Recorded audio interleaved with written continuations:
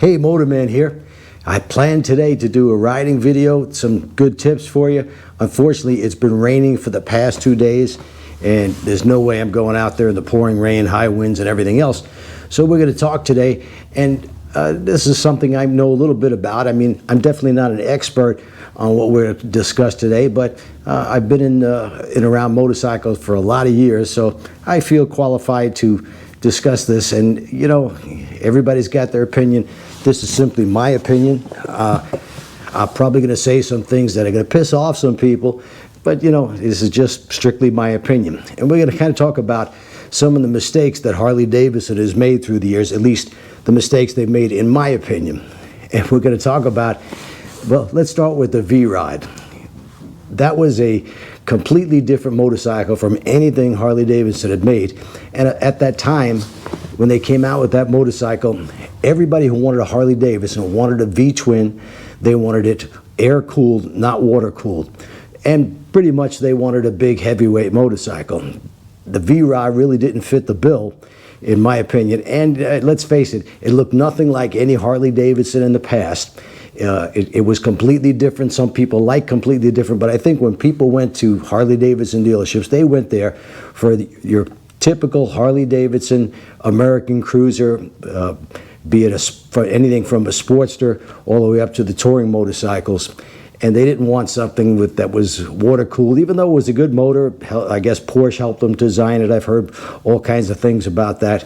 But after the first 3 months, it did very well. The first 3 months, they were getting big money over MSRP back then, just like they were for many of the other bikes. But I think the VRod, it was like standard, jack it up $8,000 for every dealership. And of course, you had to put your name on the list and put down a big deposit. Plus, there was only the one color, the silver, which looked okay, but you know, got a little tiring when you saw, if you bought one, everybody else that got one is going to be exactly like yours. So it was pretty much a flop. They kept that bike around for, I don't know, I think 8 or 10 years. They changed the styling of it. They did different model interpretations, but it never sold very well. And then they came out with, if you remember, we're going to talk about some of these bikes that I think were a big mistake from Harley-Davidson, the Breakout. Now, the funny thing about the Breakout, that came out when the chopper craze was going on. And Orange County Choppers had a big TV show. All of a sudden, everybody was a chopper maker. In fact, I think the guy down at the 7-Eleven or the convenience store, he was making choppers. He was a bike builder. He's making choppers out behind the store. Everybody all of a sudden was a chopper maker. If you ever rode any of those motorcycles, though a lot of them look beautiful and were beautifully made, but if you ever rode one of those bikes, come on, let's face it, you know, any more than 10 or 15 miles on that bike in a row, and you were hurting. You're in the worst possible riding position for the most people, with your hands way up in the air, and the vibration on those bikes. I mean, they were really terrible motorcycles, and they cost big money. So Harley comes out with the Breakout, which is, funny thing is, usually Harley does a good job in styling their motorcycles, but then they come out with a chopper, and to me, you may have one and you may like it, I thought it was pretty ugly. In fact, I thought it was so bad that when Honda came out with the Fury, which is a chopper, if you're not familiar with it, they're still making them. It actually looked better than the Harley-Davidson that they were actually copying, because most choppers were based on the V-twin and Harley-Davidson styling. But it's a sad state of affairs when Honda makes a chopper and it looks better than the Harley. And I'll tell you a little story about the choppers. A student came to my class, and he was on a street glide at the time, but he once had a Arlen Ness chopper, and I think he said he paid $60,000 for it. He got it over in Ormond Beach at Russ Meyer's destination, Daytona. And at that time, Arlen Ness actually had a dealership there where he was selling the choppers, and I think he also had a Triumph franchise there, but it was right next door to the Harley dealership. So the day he picked it up, and this was during bike week, he gets the bike, and Arlen Ness happened to be there, and there was some photographers there, and Arlen Ness comes over to him. He says, "Oh, yeah, you know, congratulations, you bought one of my bikes." He says, and I think it was 50 or 60,000. It was an outrageous amount of money, and this was just about a year before the chopper craze just went to hell. All of a sudden, nobody wants them. So this guy buys one, and Arlen Ness comes over, shakes his hand, congratulations. He says, "Would you like me to autograph the tank? You know, I got this paint pen, and I'll autograph it for you. It'll probably be worth $10,000 more down the road if I do that, if I sign it." So the guy says, "Yeah, sure, you know, sign it, please." And as Arlen Ness was walking away, he said, you know, we're getting ready to do a photo shoot for a magazine, and I think if we put that bike on the cover, it's going to be worth probably another $10,000, you know, a couple of years from now, because it was on the front cover of the bike. It's a beautiful bike. So the guy says, yeah, you know, take it. I'll come back in a couple hours and pick up the bike. So he does that. About a year later, he says all his friends got rid of their choppers. Now he's the only guy left with a chopper. And he figures he can't ride it. It's not that he's having problems with it, but just an uncomfortable bike to ride. It's a bike you want to look at. Most choppers, you want to look at them, you maybe make a planter out of them, but you really don't want to ride them.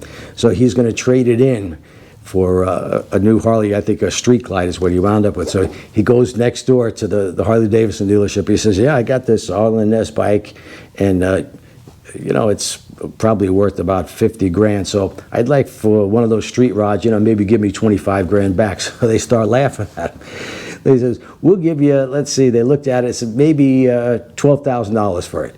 And we really don't even want it in trade. The guy says, $12,000, look, it's signed here by Arlen Ness. He put it right on the tank there. The salesman said, yeah, okay, $12,002. He said, no, you don't understand. This was a cover motorcycle. It was on the cover, and he shows them the cover. They said, okay, $12,004. He says, get out of here. So he winds up selling it at a tremendous loss on his own, and he buys the Street Glide. But motorcycle goes through phases, just like the different types of bikes. They'll go through different phases. Some bikes will be more popular than others through the years. And it's just the way it is, just like the sales go up and down. And everybody's talking about now, you know, the sky is falling. Motorcycle sales are in the shitter. It's terrible. Pretty soon there'll be no motorcycles to buy. Harley's going out of business. I don't believe that stuff. In fact, I'm going to show you this little graph. I got this off the internet, and it just gives you an idea of what sales were prior to. It says from 1990, and this is going to about 1998. That's the very beginning here, if you notice. Yeah, sales were starting to go up just a little bit. Sales weren't fantastic, but then all of a sudden there's a big bubble. That big bubble lasted for about 9 years. That's when Harley-Davidson was getting 5,000 and 10,000 over list, and you couldn't get the motorcycles. They were supply did not meet demand for sure. That lasted, like I said, about 8 or 9 years, and then we get the big crash, 2008. And even though we had the crash and the recession, sales were pretty good. I think that's, 2008 right here. So it's pretty good. But then they leveled off. But if you look at it now, you'll notice that from 2008 until 2016, which is as far as this graph goes, they might have dipped a little since then. Sales are actually better than they were before, from 1990 until 1998. So it's not the end of the world. And it may be true that younger people aren't getting into motorcycles. At least that's what they're trying to tell us. But past few years, dirt bikes sales have been up. Now, who's buying the dirt bikes? Well, they're younger people, let's face it. And hopefully those people, those younger kids, get into motorcycling. They like two wheels. If they like it enough, they're going to want to get out on the road. So what are they going to buy when they get out on the road? Well, if they're 20, 25 years old, they're probably going to buy that motorcycle that's in the $6,000 up to the high range of $10,000. They're probably not going to go to Harley-Davidson unless they get a Sportster, which are in that $10,000, $11,000 range. And I've heard a lot of people will say, well, it's an ancient motorcycle, the Sportster, which they haven't made it for a lot of years. But for being an ancient motorcycle, it's pretty good, especially if you like the styling. And that's what mainly sells the Sportster, is the styling of the motorcycle. And there's several different editions. I think they just recently cut down as how many models they were making. Now there's 3 or 4, but all of them are great looking motorcycles. They're a lot of fun to ride. It's not something that you're going to take on a 500-mile trip or a 1,000-mile trip or drive across the country with. That's not what they're for. But people go to Harley-Davidsons for mostly heavyweight American-appearing motorcycles. And I've heard people saying that, you know, they've got to do something. They're making ancient motorcycles. Well, for instance, if we take a Road King, if you look at that motorcycle, the Road King today, a 2020 model, and you compare it to, let's say, a 1966 Harley-Davidson Road King, or they were called the FLH back then, to look at them, and especially if you don't know anything about motorcycles, they look very similar. But that's what people want. That's why they love the heritage of that motorcycle and the American look to the big cruiser.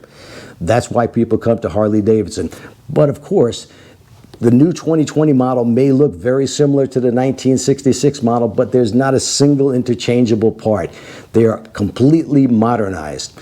And there's another company that does the same thing, and that would be Porsche with their cars. If you look at Porsche back in, I think, 1967, a 911 was always their most popular model, and it was very expensive back then in 67. I think they were around $6,500, $7,500. That was an expensive car.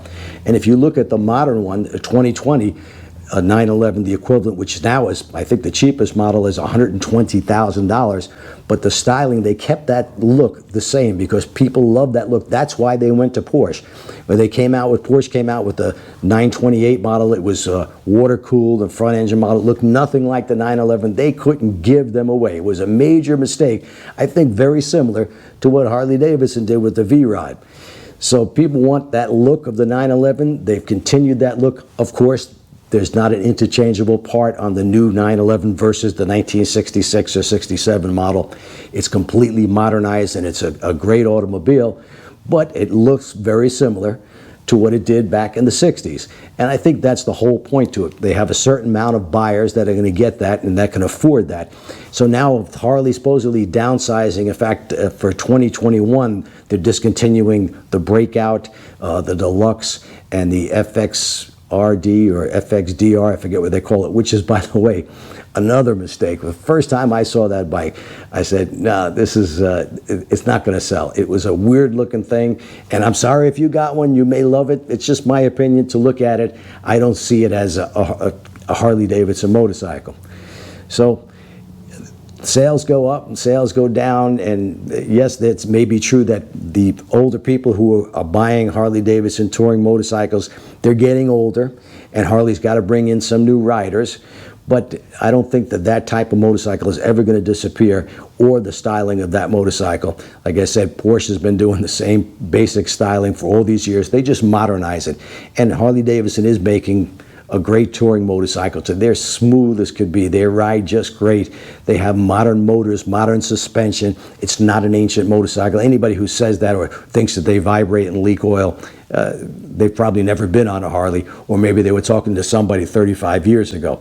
Now Harley's supposed to be coming out with the Street Fighter style motorcycle called the Bronx, which I don't think is a good name, but be that as it may, I could be completely wrong about that. From what I see, it's a wonderful looking motorcycle. I love the styling of it in the pictures I've seen.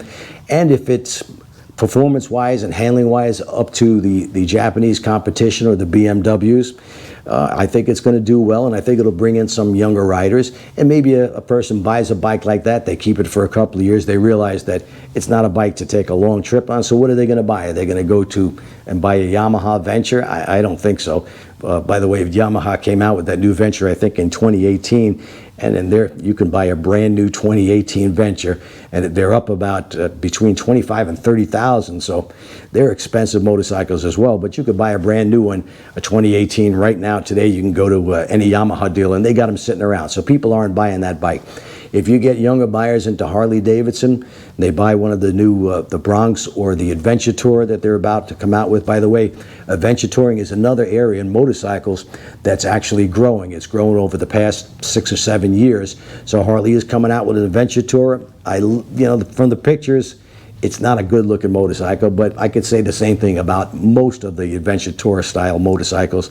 The utilitarian look to them, and they serve a certain purpose, and that could be bringing in other type of riders to it. Will it compare price-wise and performance-wise to the BMW, which I think that the BMW GS 1250, that's the, I don't think that Indian is going anywhere. They're after the same buyers as Harley-Davidson, but they are making bikes that appeal possibly to younger buyers. We'll see how that works out.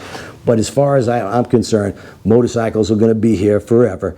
The segment may get smaller, you may get less riders, but sooner or later, you're going to get another boom like here. Maybe not quite that big or lasting that long, but that's always the way it's been with motorcycle sales. They're up and down, goes through a few-year period. All you need is one a movie with some big star riding a particular motorcycle, just like Arnold Schwarzenegger when he got on the Fat Boy. All of a sudden, that became Harley-Davidson's biggest seller. It could happen again. So I hope you enjoyed this little talk we had, and I'll be sure that probably this week, I know it's going to stop raining sooner or later, I'm going to come out with a riding video for you. I hope you enjoyed this. Give me a thumbs up, and please subscribe. Till next time.